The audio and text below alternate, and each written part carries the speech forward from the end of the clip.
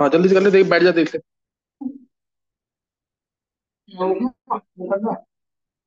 हाँ, नहीं तू भी कर ले। शेयर तो कर दिया है।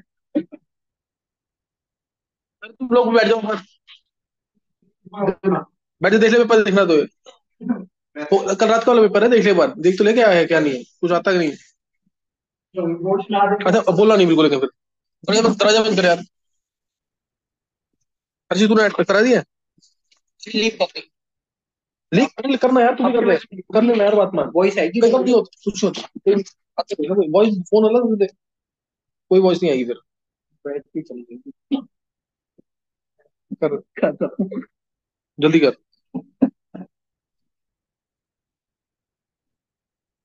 ऑप्शन दे दूं तेरे को?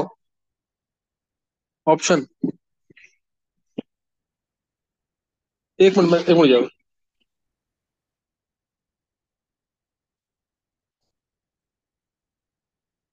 इन्हीं ऑप्शन कैसे करेगा?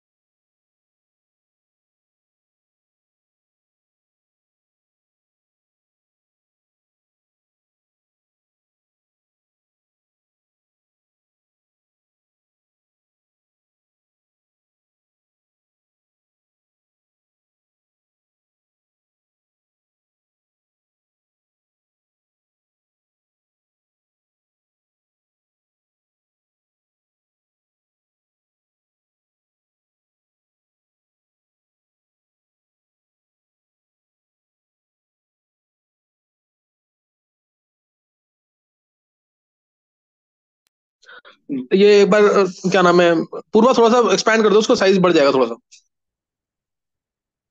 हाँ देखो पहला question, alpha helix beta pleated protein structure belongs to which class, which category of structure, it's explain by. ये तो बहुत इजी है, अल्फा हेलिक्स और बीटा प्लेटेड किसके टाइप थे? सेकेंडरी स्ट्रक्चर, याद है ना, secondary structure of protein. Primary sector simple था, सेकेंडरी सेक्टर में क्या था? अल्फा हेलिक्स और बीटा प्लेटेड, फिर टर्शियरी था, फिर क्वार्टरनरी था, याद है कि नहीं? अल्फा हेलिक्स में intramolecular hydrogen bonding, beta pleated में इंटरमोलकुलर हाइड्रोजन बॉन्डिंग। सही ना? दूसरा question, pH pH of water is 7 at 25 degree Celsius, then the pH of water at 180 degree Celsius. तो टेम्परेचर बढ़ेगा तो वाटर का डिस्ट्रीब्यूशन बढ़ जाएगा, वाटर का डिस्ट्रीब्यूशन बढ़ेगा तो इसका मतलब एच आयंस बढ़ जाएंगे। पहले 10⁻7 रहे होंगे, अब मान लो 10⁻4 हो गए, तो पीएच कितना हो जाएगा? 4। तो पीएच पीएच क्या हो जाएगा? कम हो जाएगा, पीएच विल डिक्रीज। समझे कि नहीं है? क्योंकि वाटर का डिस्ट्रीब्यूशन बढ़ जाएगा टेम्परेचर बढ़ाने से, और उससे एच आयंस बढ़ जाएंगे, एच आयंस बढ़ेंगे तो पीएच डिक्रीज कर जाएगा, 4 के आसपास, मैं अंदाजा बता रहा हूँ तुम्हें। Atomic number of the element with least melting point in group 14, least melting point बोला है, तो तुम्हें हल्का सा हिंट भी है ना अगर, कि कार्बन तो कैटिनेशन प्रॉपर्टी शो करता है, मेल्टिंग पॉइंट बहुत ज्यादा 4000 डिग्री सेल्सियस के आसपास होता है। ऐसी सिलिकन, सिलिकन का भी मेल्टिंग पॉइंट बहुत ज्यादा, जर्मनियम का भी ज्यादा, इसमें कोवेलेंट बॉन्डिंग होती है सबके अंदर। बाकी लेड और टिन में बॉन्डिंग थोड़ी वीक होती है, लेड और टिन में बॉन्डिंग वीक होती है। एक्सेप्शनली टिन का जो मेल्टिंग पॉइंट है वो कम होता है लेड से, लेड ज्यादा है फिर टिन है, फिर टिन है ना? तो इसलिए टिन आ जाएगा आंसर, टिन का नंबर होता है 50 और लेड का होता है 82, 14 तुम्हें पता है सिलिकन का है, कार्बन का है 6। तो ये पी ब्लॉक का है, 11th क्लास पी ब्लॉक का, बोरन फैमिली का। नेक्स्ट फोर्थ क्वेश्चन,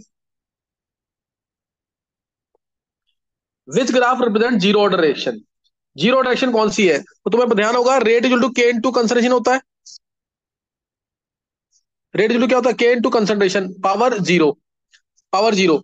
तो अब के इनटू कंसंट्रेशन है, अब और तुम्हें पता होगा रेट वर्सेस के का, रेट वर्सेस कंसंट्रेशन होता, तो ये चलता, रेट वर्सेस कंसंट्रेशन तो ये चलता, रेट डिपेंड नहीं कर रहा कंसंट्रेशन पे। अभी बोला concentration versus time, concentration time के साथ साथ डिक्रीज करता है, तो मैं इसी क्वेश्चन से पता लग जाएगा k equal to x by t से, या k equal to a naught minus a initial minus final divide by t. ये इक्वेशन आ गई, k t is equal to a naught minus a, तो a is equal to a naught minus k t, minus k slope आ गया तो इसलिए decrease करेगा, answer आ जाएगा इसका सी, ये वाला आंसर है इसका, स्लोप माइनस के, जीरो ऑर्डर की रिएक्शन है ये। पांचवा क्वेश्चन देख लो, बाकी सब भी ग्राफ फर्स्ट ऑर्डर के दे रखे थे, दो तीन इसमें से। 81 ग्राम एल्यूमिनियम, देखो अभी ये क्वेश्चन पहले भी आया पेपर के अंदर, लिमिटिंग रेजेंट का क्वेश्चन है ये। 81 gram aluminium reacts with 128 gram O2, calculate the amount of Al2O3। Equation बनेगी 2Al plus 3/2 O2 gives Al2O3, ये क्वेश्चन बन गई। अब 2Al 3/2 O2 gives Al2O3। 2Al ये है 81 ग्राम, यानी 81/20 से मास होता है, 3 मोल होगा इसके, 3 मोल इसके, और 128 ग्राम बाय 32 कर देंगे, ये आ गया 32 से 4 जाएगा, 30 4 120 होता है, हाँ ये 4 मोल होगा इसके, इसके हो गए 4 मोल। तो डायरेक्ट निकालने का तरीका मैंने तो बताया, जो मोल्स है उसको डिवाइड कर दो कोफिशिएंट से, 3/2 हो गए ये, और ये हो गया हमारा 3/2 अपॉन में, सॉरी 4/3/2, यानी 8/3, 8/3 कोफिशिएंट डिवाइड करते हैं। अब तुम्हें पता है 8/3 ज्यादा है 3/2 से, तो लिमिटिंग रेजेंट हो गया ये, 3/2 मोल इसके हैं, तो 3/2 ये बनेगा मोल में, Al2O3 3/2 बनेगा, ये लिमिटिंग रेजेंट है जो कम है, 3/2 मोल इंटू Al2O3 के मास 27 54 54 और 48, 102, 102 सॉल्व करेंगे, 51 इंटू 3 153, 153 ग्राम, ये आ गया डायरेक्ट। और अगर इसके आगे कोफिशिएंट लगा होता कोई, तो वह यहाँ मल्टीप्लाई करना पड़ता मोल के साथ, यहाँ कोफिशिएंट कोई नहीं है तो सेम आ जाएगा। बेस्ट तरीका ये, जो ये मोल्स दे रखे हैं उसको डिवाइड करो कोफिशिएंट से, जो ये मोल्स दे रखे हैं उसको डिवाइड करो कोफिशिएंट से, जो कम मोल वो लिमिटिंग रेजेंट, और जितने कम मोल वाला होगा वही यहां बनेगा। अगर ये 1 मोल है तो, 2 होता तो 2 से मल्टीप्लाई करते, 3 होता 3 से मल्टीप्लाई कर देते, मोल्स आ जाते, मोल से मास निकालना बहुत ईजी है, मोल और मास से मल्टीप्लाई कर दो, आंसर आ गया 153, बी आंसर आ जाएगा। सिक्स क्वेश्चन देखो, फिफ्थ क्वेश्चन अभी आ गया ना एलॉयज से रिलेटेड, यानी तुम्हें एलॉयज पढ़ने पड़ेंगे। ब्रॉन्ज में होता है कॉपर और टिन, रटा होना चाहिए सबको। ब्रॉन्ज में जेड आ रहा है, ऐसे रटवाया क्लास के अंदर, जेड आ रहा है तो जेड वाला नहीं आएगा।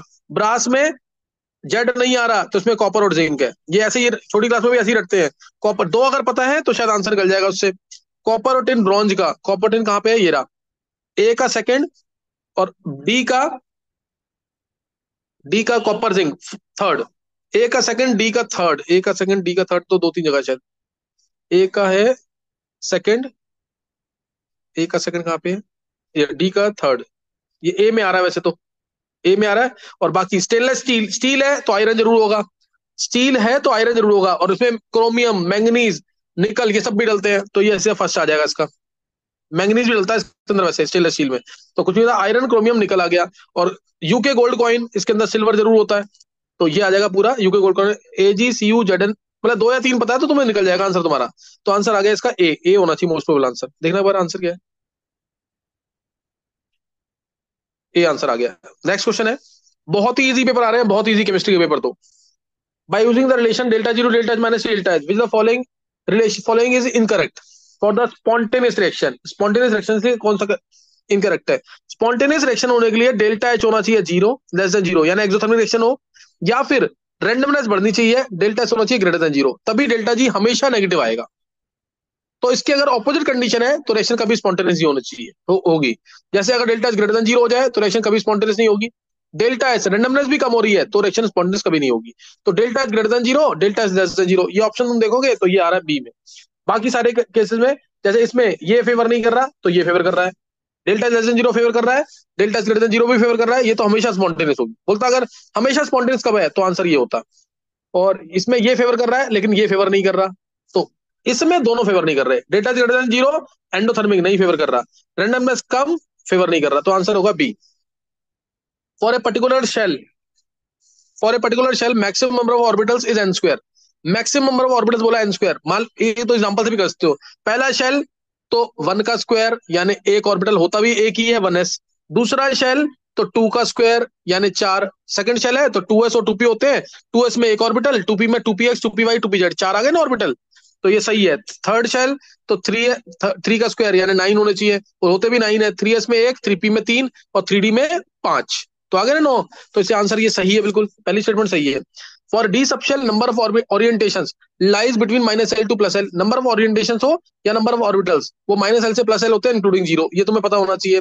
जैसे अगर 2 है l की वैल्यू, तो m होगा -2 से लेके +2 तक 5 ऑर्बिटल, L2 किसके लिए होता है, d के लिए, तो दोनों स्टेटमेंट करेक्ट है। नेक्स्ट, नाइन्थ क्वेश्चन, ओजोनोलिसिस पिछले पेपर में भी आया हुआ है, इसमें भी आया हुआ है, आता भी है ये। इससे बोला इसका प्रोडक्ट क्या है, डबल बॉन्ड का cleavage, double bond O, double bond O, reductive है, जिंक डला हुआ है। डबल बॉन्ड का cleavage, double bond O, double bond O, ऐसा कहाँ दिख रहा है, तुम चेक कर लो एक बार। ये पहले ऑप्शन में ही दिख रहा है, देख लो, पहले ऑप्शन में दिख रहा है ये। तो आंसर इसका ये आ जाएगा, नाइन्थ का ये तो कर लोगे, डायरेक्ट क्वेश्चन है। और अगर जिंक नहीं डला होता तो यहाँ सीओएच, सीओएच, दोनों सीओएच होते, जो हमारा केमेनोफोर के साथ भी सेम आंसर आता है, हॉट केमेनोफोर के साथ भी सेम आंसर आता है यही, जो ऑक्सीडेटिव ओजोनोलिसिस का होता है। Next question 10th, total number of isomers possible aldehyde and ketone, C4H10O के लिए टोटल आइसोमर्स बताने हैं सिर्फ, एल्डिहाइड और कीटोन वाले। तो ये एल्डिहाइड हो गया एक, और एल्डिहाइड बन जाएगा इसका ब्रांचिंग वाला, और कीटोन एक ही बनेगा इसका, और कोई बनना नहीं है, और इसने बाकी पूछे नहीं है साइक्लिक वाले।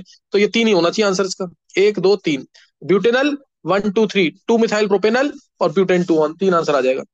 नेक्स्ट, क्लोरोबेंजीन में NaOH डाला है, हाई टेम्परेचर हाई प्रेशर पे, फिर H2H+, तो फिनॉल मिलेगा, ये डॉस प्रोसेस है ये, फिनॉल मिल गया। फिनॉल में K2Cr2CN H+, बोर्ड का बहुत इंपॉर्टेंट क्वेश्चन, एनसीईआरटी का भी, बेंजोक्विनोन बनता है इसमें। Phenol turns pink colour on standing, aniline turns pink colour on standing, quinol turns pink colour on standing due to the formation of this benzoquinone, extended hydrogen bonding होती है इसके अंदर, इसलिए होता है, बेंजोक्विनोन बनता है। तो ए फिनॉल है, b benzoquinone, a phenol b benzoquinone, c answer आ जाएगा। फिर next question, twelfth question, with the following complex has D4 configuration, D4 बोला है, इधर Fe+3 है तो आर्गन 3D5 होगा, इधर Mn+3 है तो ये 3D4, यही आंसर होना चाहिए। इधर कोबाल्ट +3 है तो 3D6 होगा। ये मैं तुम्हें मतलब पूरे साल होमवर्क करवाया, ये 21 से 30 वाले सारे एलिमेंट्स लिखने हैं, +2 वाले भी और सिंपल वाले भी, उसी का क्वेश्चन है ये। इधर कोबाल्ट +2 है तो ये भी 3D6 है, तो 3D4 एक ही बचा बी, ये तो देखते ही मार्क करने वाले क्वेश्चन है, विद इन 10 सेकंड्स ये आ जाएगा। Next, the ascending order of relative rate of hydrolysis या सॉल्वोलिसिस एक ही बात होती है, रेट ऑफ हाइड्रोलिसिस या सॉल्वोलिसिस एक ही बात होती है फॉर द फॉलोइंग कंपाउंड्स। तो इसमें अगर हटेगा Br तो प्लस आएगा, 3 हाइड्रोजन यहाँ से, 2 यहाँ से, 2 यहाँ से, 7 हाइड्रोजन स्ट्रक्चर है। इसमें जब ये Br हटेगा प्लस आएगा, प्लस यहाँ से रेजोनेंस हो जाएगी, तो resonance plus 2 hydrogen, resonance plus 2 hydrogen. इसमें जब Br हटेगा तो इधर से भी रेजोनेंस, इधर से भी रेजोनेंस, 2 बार प्लस R। इधर जब Br हटेगा तो 2 हाइड्रोजन यहाँ से और 1 हाइड्रोजन यहाँ से, 3 हाइड्रोजन, ये तो लीस्ट होगा। सबसे जल्दी होगा हाइड्रोलिसिस सी का होगा पहले, फिर बी का होगा, फिर ए का, फिर डी का, CBAD, A answer. Next question, बहुत ही इजी क्वेश्चन है, जिसने अगर प्रैक्टिस की हुई है 20 मिनट में पेपर हो जाना चाहिए था सारा। E naught of Ag plus Ag दे रखा है, ये सारी वैल्यूज दे रखी है। Then which the following will have the most negative value of delta G naught, delta G naught negative किसका होगा ये पूछा है। तो सेल ई नॉट सेल निकालो इसका, ई नॉट सेल इसका कितना हो जाएगा, कॉपर में से जिंक को माइनस करना है, रिडक्शन पोटेंशियल दे रखे हैं। तो कॉपर कहाँ है 0.34, जिंक कहाँ है 0.76, 1.1 आ गया E naught cell. E naught cell इसका 1.1, और डेल्टा जी नॉट होता है -NF ई नॉट सेल, यानी ई नॉट सेल जितना ज्यादा पॉजिटिव होगा डेल्टा जी नॉट उतना नेगेटिव होगा। तो इसके ऑप्शन बन रहे हैं कि माइनस में आ जाएगा क्योंकि ये पॉजिटिव है ई नॉट सेल। दूसरा देखो, एजी में से मैग्नीशियम माइनस करना है, एजी एरा 0.8, मैग्नीशियम एरा 2.36, तो ये आ गया 3.16, ये सबसे ज्यादा पॉजिटिव आया, पॉजिटिव आ गया। डेल्टा जी नॉट इसका सबसे ज्यादा नेगेटिव आएगा, -NF ई नॉट सेल। और इधर आएगा तो ये तो जिंक पे से माइनस कर रहे हैं, नहीं आएगा, ये नेगेटिव ही आ जाएगा, गलत है ये। ऐसे इसका अगला निकालना, ये भी हमारा 0.8 में से 0.34, 0.46 आएगा, कम पॉजिटिव आएगा, तो आंसर इसका बी होना चाहिए, आंसर बी आ जाएगा इसका। Next question, A compound x consumes consumes 2 moles of H2, 2 mole H2 consume कर रहा है, and when x heated with KMnO4H+, 2 mole H2 यानी इसका मतलब उसके अंदर 2 डबल बॉन्ड है, और इसको जब KMnO4H+ से ट्रीट किया, वही मैंने बोला जो ऑक्सीडेटिव ओजोनोलिसिस होता है, वही चीज है ये, gives this this and this. तो उसमें जो सिर्फ ज्वाइन करना है तुम्हें, एसीटोन मिल रहा है जिसमें 2 O हो, उसका ओजोनोलिसिस में बता रखा है उल्टा रिएक्टेंट कैसे निकालते हैं, तो यही ले लो, CH3 CH3 C double bond O, फिर CH2 और COH को CHO लिखना। अब इसके आगे लग जाएगा एक O वाला, एसिटिक एसिड है, मान लो मैंने एसिटिक एसिड को ऊपर लगा दिया, तो CH3CHO बना के ऊपर लगा दो CHO, और ये O गायब, डबल बॉन्ड लग जाएगा, O गायब, डबल बॉन्ड लग जाएगा। और दूसरा है एसीटोन, एसीटोन को इधर लगा दो, CH3 C double bond O CH3, O गायब, डबल बॉन्ड O लग जाएगा। बस अब इसमें देख लो क्या पूछा है, नंबर ऑफ सिग्मा बॉन्ड पूछे, सिग्मा बॉन्ड पूछे, मैं एक बार काउंट करके देख लेता हूँ। यहाँ पे 3, यहाँ पे एक, यहाँ 4, ऊपर डबल बॉन्ड है 1 और 5, 5 और 1 CH का 6, 6 और 1 7, 7 और 3 10, 10 और 1 11, 11 और 2 13, 13 और 1 14, 14 और 2 16, 16 1 17, 17 और 1 18, 18 और 1 19, 19 और 1 20, 1 21, 21 और 3 यहाँ पे 24, 24 और 3 27, 27 आ जाएगा आंसर। 27 बी आंसर होना चाहिए। देखो उधर कैलकुलेशन फास्ट होनी चाहिए तो कर लोगे आराम से।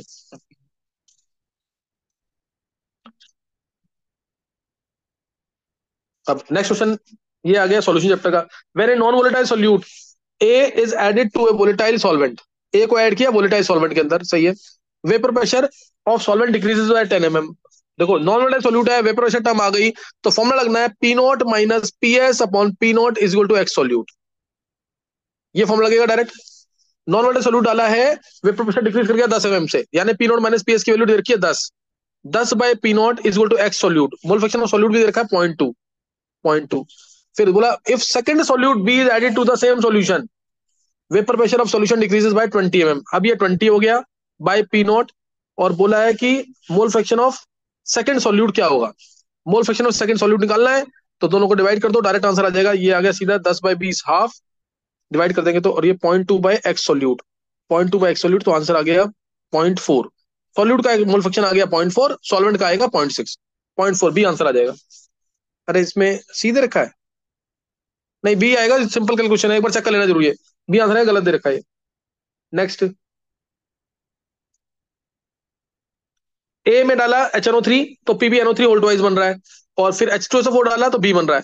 ए में HNO3 डाला है, PbNO3 होल्ड वाइज बन रहा है, यानी ये कोई आयनिक सॉल्ट रहा होगा Pb2+ करके, और इसमें HNO3 डाला PbNO3 होल्ड वाइज, फिर H2SO4 डालेंगे तो PbSO4 का व्हाइट PPT आ जाएगा। PbSO4 में डाल दिया K2CrO4 अमोनियम एसिडेट के प्रेजेंस में, एसिटिक एसिड के अंदर, तो ये आ जाएगा PbCrO4 येलो कलर का PPT, ये येलो कलर का PPT कन्वर्ट हो जाएगा।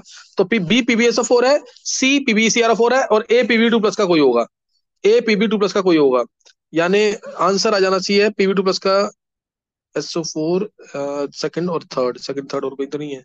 हाँ यही आंसर, बी आंसर आ जाएगा, बी आंसर आ जाएगा इसका। Pb2+ को PbCl2 लिखा हुआ है इसने, वो सही है। Next 18th question, 0.01 mole of organic compound hydrocarbon gives 1.76 gram CO2। 1.76 gram CO2 है, बाय 44 कर देंगे, जो मोल CO2 होंगे वही मोल होंगे कार्बन के, जो मोल CO2 के वही मोल कार्बन के। ये 144 से जाएगा सीधा 4 दा, तो ये 0.04 मोल आ गया कार्बन, कार्बन के मोल्स आ गए 0.04। और दूसरा है H2O, H2O 0.9 है, तो 0.9 बाय 18, ये आ गया 9/18 होता था 0.5, 0.05 आ जाएगा। 0.05 मोल आ गए H2O के, तो H के होंगे इसके डबल, क्योंकि 2 H है इसके अंदर, नंबर मोल H हो जाएंगे 0.05 इंटू 2 यानी 0.1, तो ये आ गए इसके। तो अब C और H का फॉर्मूला बनेगा, C है 0.04, 0.01 दे ही रखा है, ये 0.04 है, और दूसरा है 0.1, H है 0.1, तो आंसर आ गया C4H10, C4H10 आ जाएगा फॉर्मूला, बी ऑप्शन आ रहा है इसका। Next C4H10। Next question, NH2 है, Na2HCl डालेंगे तो NH2 का बन जाएगा N2Cl, N2Cl बन जाएगा, और उसके बाद लगाइए रिएक्शन, कौन सी, कपलिंग रिएक्शन, कल पूछा था ये। फिर कपलिंग रिएक्शन लगाई हुई है, तो ये आ जाएगा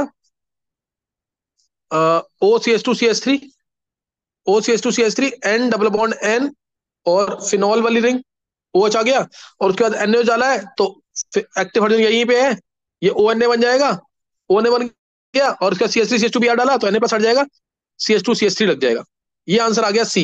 पूछा क्या है, number of sp3 hybridize carbon in c, तो सी ये sp3 एक, ये दो, बेंजीन में तो होगा नहीं कोई, बाकी कोई नहीं है, एक ये तीन, एक ये चार, चार है sp3, आंसर आएगा 4 sp3, ये दे रखा 4 आंसर। नेक्स्ट,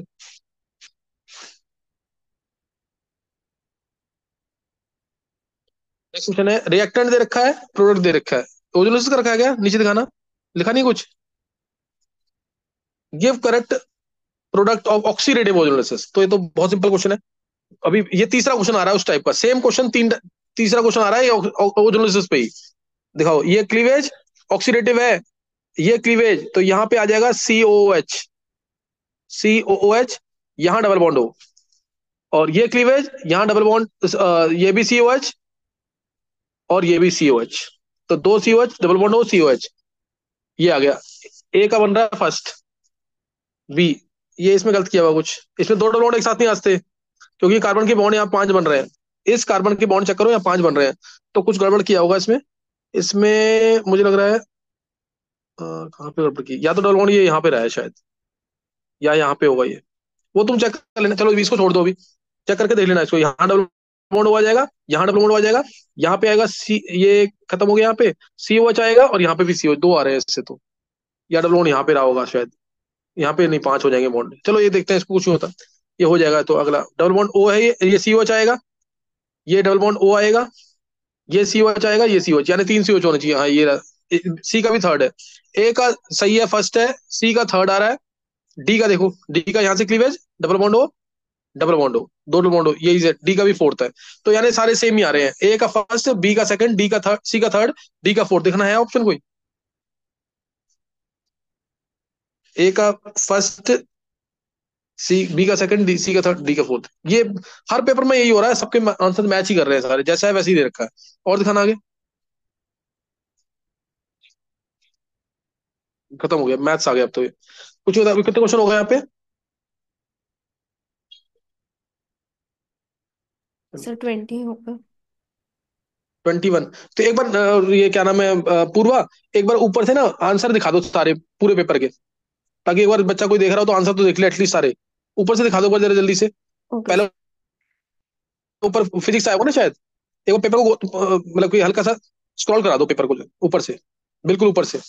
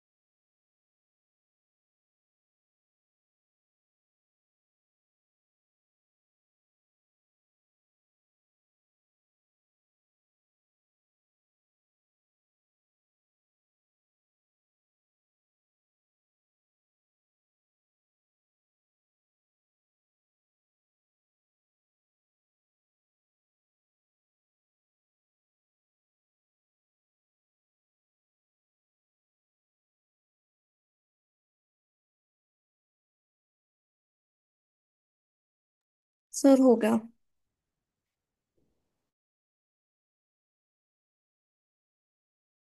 मैथ्स में तेरा ही क्वेश्चन है क्या? हाँ सर, मतलब 15 क्वेश्चन ही हैं। अच्छा 15, सॉरी 15 ही दिए हुए हैं। चलो कुछ नहीं होता, मेरे को भी भेज देना एक बार है। Yes sir. चलो एक बार देख लेना जरूर, मैं आगे वाले पेपर भी डिस्कस कर दूंगा जैसे ही टाइम मिलेगा।